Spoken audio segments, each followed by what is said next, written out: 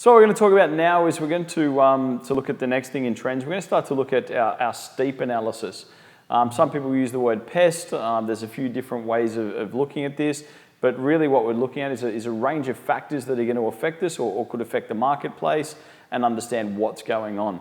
So this actually stands for something. It's not just steep as in a downhill or an uphill incline.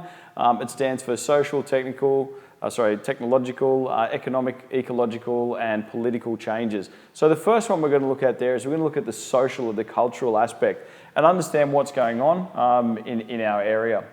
So the first thing we'll think about is its demography. So the statistical study of the human population and its distribution. We're looking at people.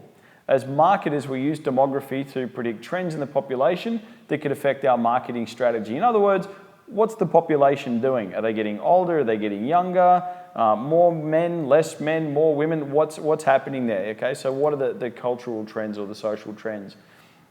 For example, if we start thinking that the population is slowly aging, we start to think about, well, there's more elderly people than there were in the past. So are we going to tailor our product towards that market?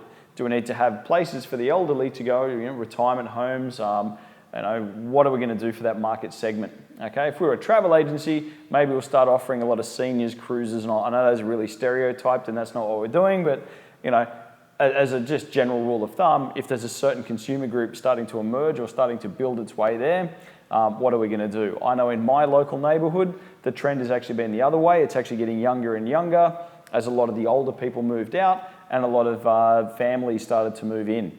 So all of a sudden you had a fewer number of seniors, and now all of a sudden you're starting to get the sort of the middle-aged people and a lot of kids. So when we start thinking about demographic profile, what we start to look at there is we start to look at things like their age. Okay, so how old are these people? We look at gender. Okay, are we talking about males or females? We start looking at income.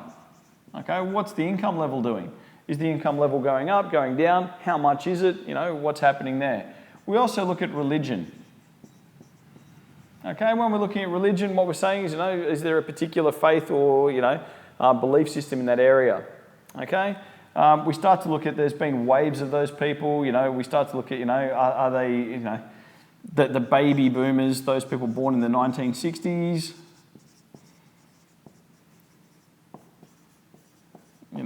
that a lot of people had started coming along with that large wave of population. Are we then looking at what followed on, which was the Generation X, the Generation Y? As we start to move along, we start to look at iGen, all those different generations there. And we start to look at different characteristics of those markets, Are they technologically savvy? What are these sort of people about? Where are they going? What are they doing? Okay? One of the questions we start to think about there is we start to think about their family life cycle.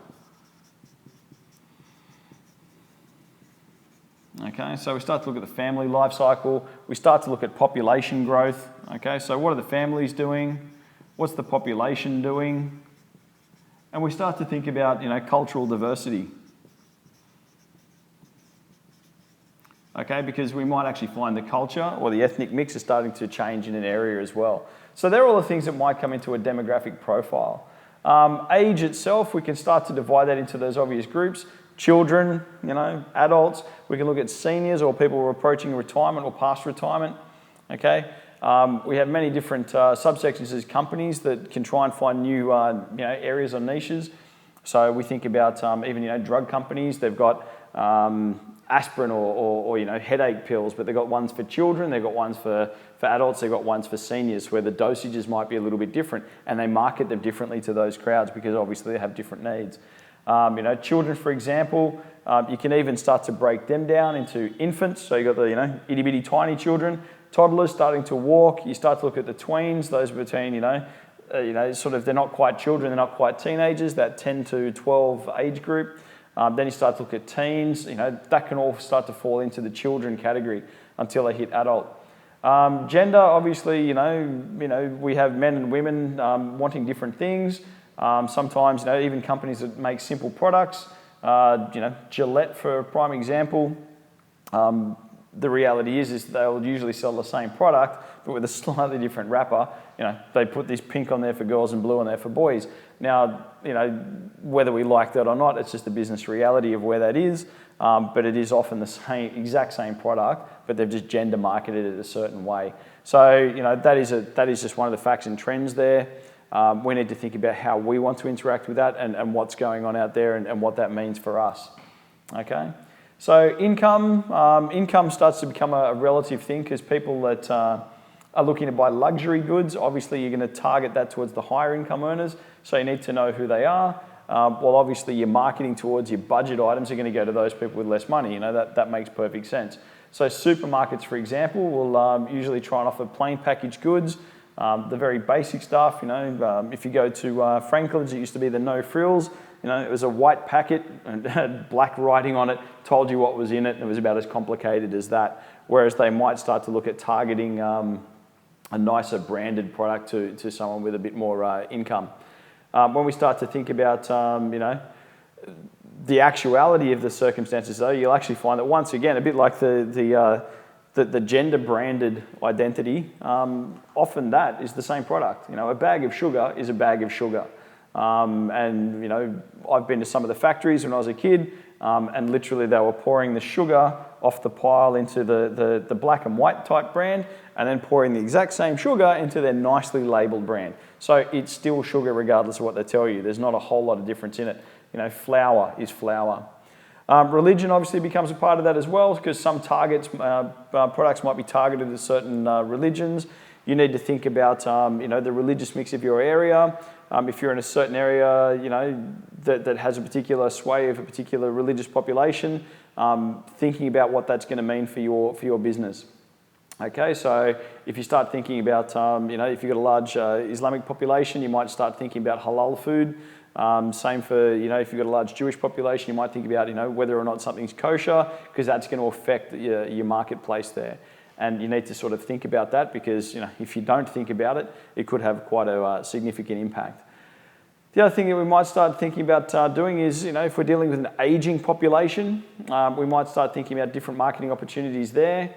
People start to need different services, etc. as they get a bit older. It can be a lot more support that they require. So if you're in a business or some sort of organisation that's about providing that, you might want to think about, well, what are the trends, okay? Similarly, as we're trying to predict what's happening in the future, if we start to see there's more and more aged people coming in, and I work for, say, a local council, I need to start planning my community amenities towards catering for those people. Okay, so people are living longer as a trend, so a lot of that healthcare, aged care, retirement homes, insurance and all that, that's all going to be vastly changed as this trend continues and people keep living longer. Okay, it means that we have to have ways to care for that for a lot longer period of time than we had to in the past. As we say, there's those generational groups as well, these nice little generations. Your baby boomers, people say they had all the wealth. Gen X, which were the slightly more cynical people, normally born between about 1970s, through to about 1980s. Then you move on to your Gen Y, a little bit older than that, and then you've got your current Gen Z, etc. There's all the X, Y, Z, etc. The descriptions change a little bit, but ultimately what they do is they looked at them in particular groups. Baby boomers were very much idealistic and individualistic.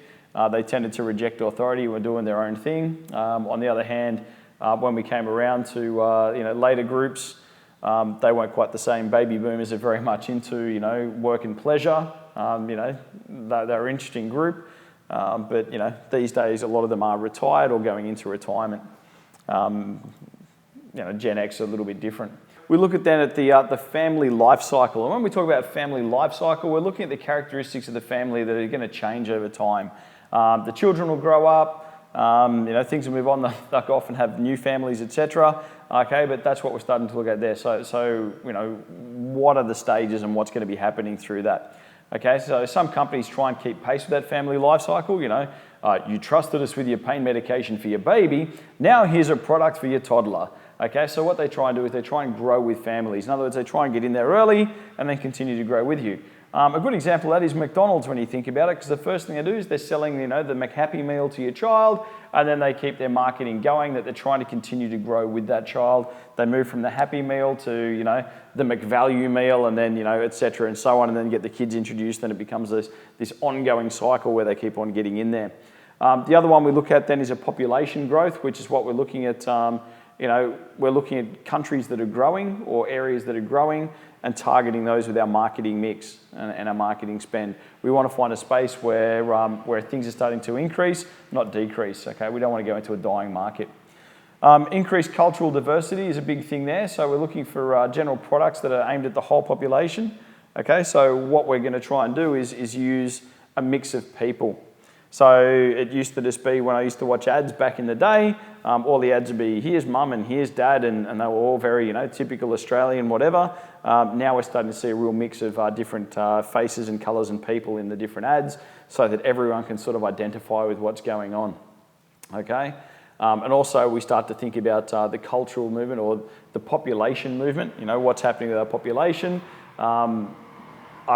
People tend to be moving from rural areas to cities, okay? So we've had a continuous trend of people moving out. Yes, there are arguments that some people are moving back to the country, etc., but that's really not the main bulk of it. The main bulk, the centre mass, is moving towards the cities and moving to those metropolitan areas. Okay, so we're understanding what's going on. So just to recap, really at this part of the cycle, we're looking at the S, which is the social aspect, and we're looking at the ages, incomes, genders, religions, okay, what group they're broadly in, what's the family life cycle doing. We're thinking about our population growth, our cultural diversity. Okay, so that's really about people. Okay, so when we're doing our STEEP analysis, that's really the first time we start to really look at people. Okay, and once again, we can get some great information off people like Bureau of Statistics. We can look at local councils will tell us a lot about the people in the area and what's going on there. So there's a wealth of information out there that we can dig up. And what we're trying to really understand is who's involved and where are they at, what do they believe, what are they doing? Okay, and that will get us the S. Great.